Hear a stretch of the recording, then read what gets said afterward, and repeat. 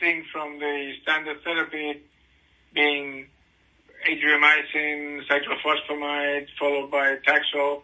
We're being slowly shifting this to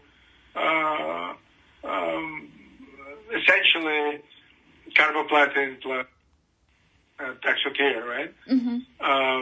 And at this point, as I said again, we have been looking at recently at our results, and it's okay. It's not the complete responses that we have are somewhat irregular.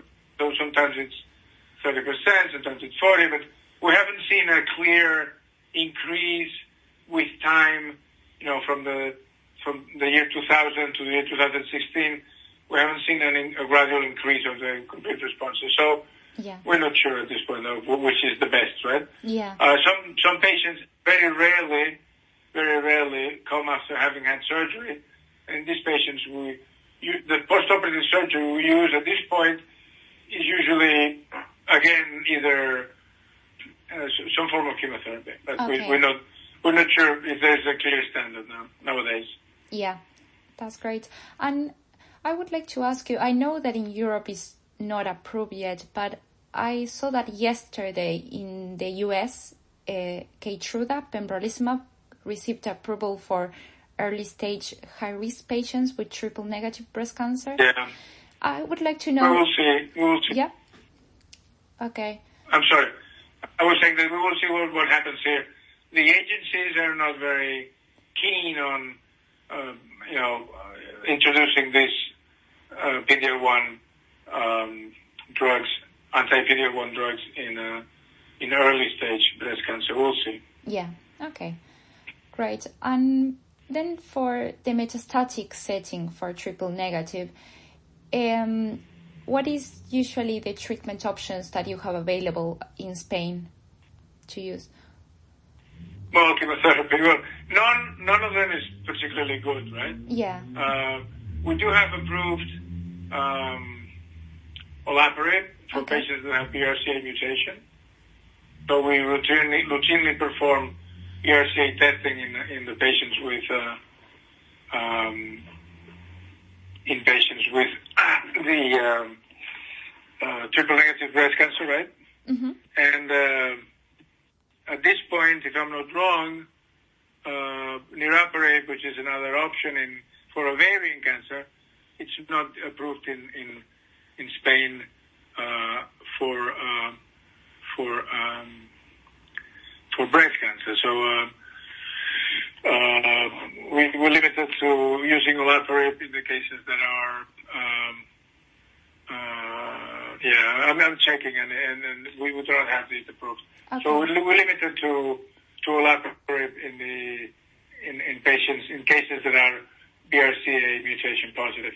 Yeah. So for the others we use chemotherapy, as we can. So there's no really standard of therapy. It's particularly because the majority of patients already have adjuvant therapy of some form. So it really depends a lot on what we have used first. We have now a clinical trial.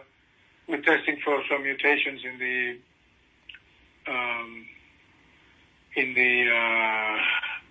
FGF receptor gene, and we're trying to use some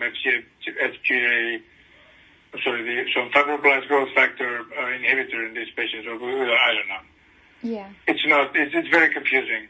And also, triple negative is the definition of breast cancer, which includes at least 6 or 7 different types of breast cancer.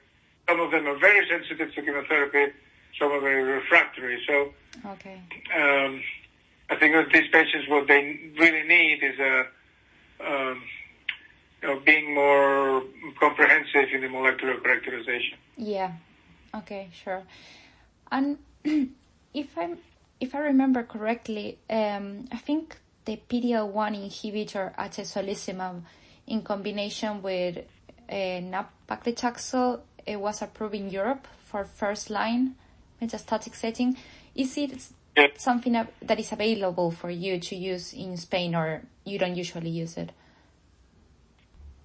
In Spain, at this point, this drug is not approved. Actually, none of the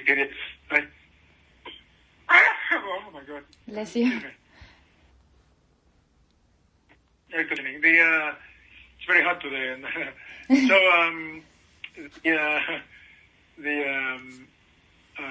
was saying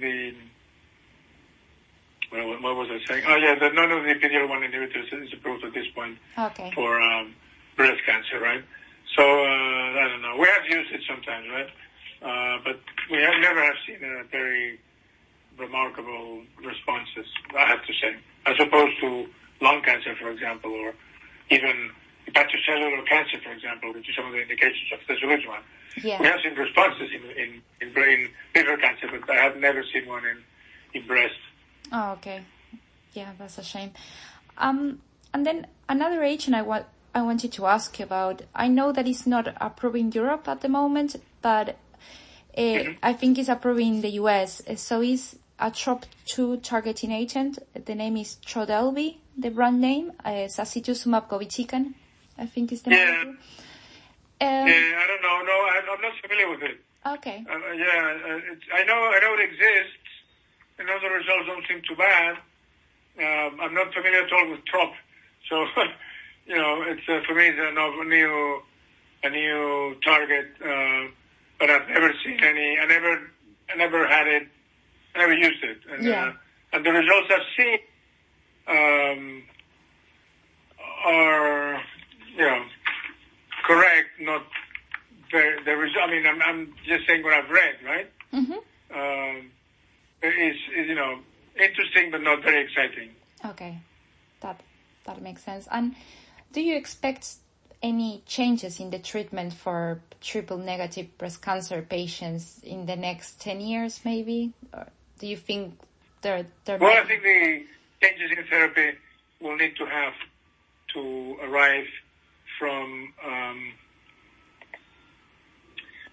as I said earlier, from the molecular characterization of the triple-negative breast cancer. So I think breast cancers need to be categorized in at least 2 or 3 subtypes. Mm-hmm. And otherwise, at this point, it's very complicated. I think that we do have one type, which is the BRCA positive cases, right? Yeah. But then, some friends of mine in the U.S. have dedicated quite some time to study, for example, the cases that are triple negative, and also they are positive for the androgen receptor. Mm-hmm.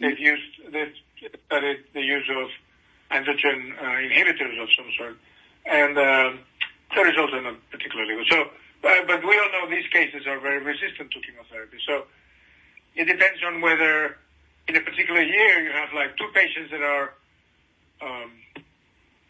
androgen receptor related triple negative breast cancer, and then your whole statistic, may change. Mm-hmm. So I think that's what happens in our case.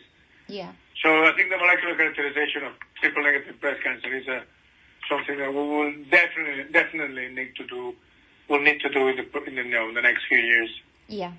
Okay, that's great. And I think now what I would like to ask you is, in terms of the emerging therapies that we have in the pipeline at the moment, from the late phase developments, which therapies or drug classes do you find most promising, in your opinion? I don't know. It's not for triple negative breast cancer or in general? Oh, in general. Triple negative. Yeah, it can be in general? For any subtypes. Yeah. Of the ones so the ones we talked about, we don't. That's okay, right? So yeah. You're asking me of the more new drugs, right? The drugs that are newer. Yeah. Than those, yeah. I don't know. The results with, for example, I know that Roche had high hopes with hepatocertib, mm-hmm. But the results so far are not very exciting, I would say. There were like 2 or 3 companies, including AstraZeneca, Roche, and somebody else that I can't remember, had, for example, estrogen receptor inhibitors of different mechanism of action than the ones that we use now. But none of these seem to be